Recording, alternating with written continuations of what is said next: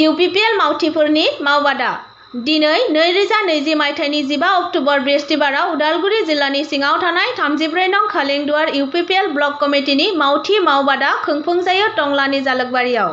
मावबादाखौ सामलायो UPPL खालेंदुवार block कमिटिनि आफादगिरि कुलेन बर' बिथाङा।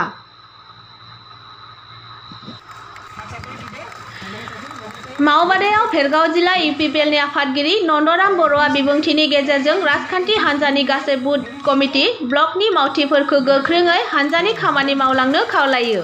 लोगोसे खालिंदुवार बियाबनिफ्राय इउपिपिएलनि बिजाथि देरहानाया रोखा जाबाय होनना बुङो। मोनथाम खोलोबनि बुथ कमिटियाव गोबां मावनांगौ खामानिनि सायाव रोखायै फोरमायथियो।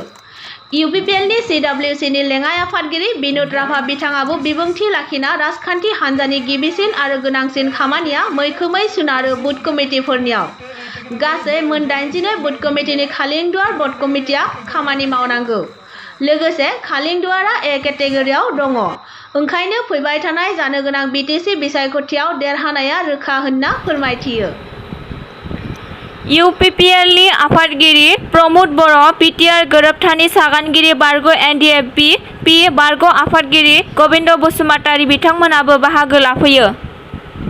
Welcome to News 24 Bodoland. News 24 Bodoland YouTube channel. Please subscribe and click on bell icon. Thanks.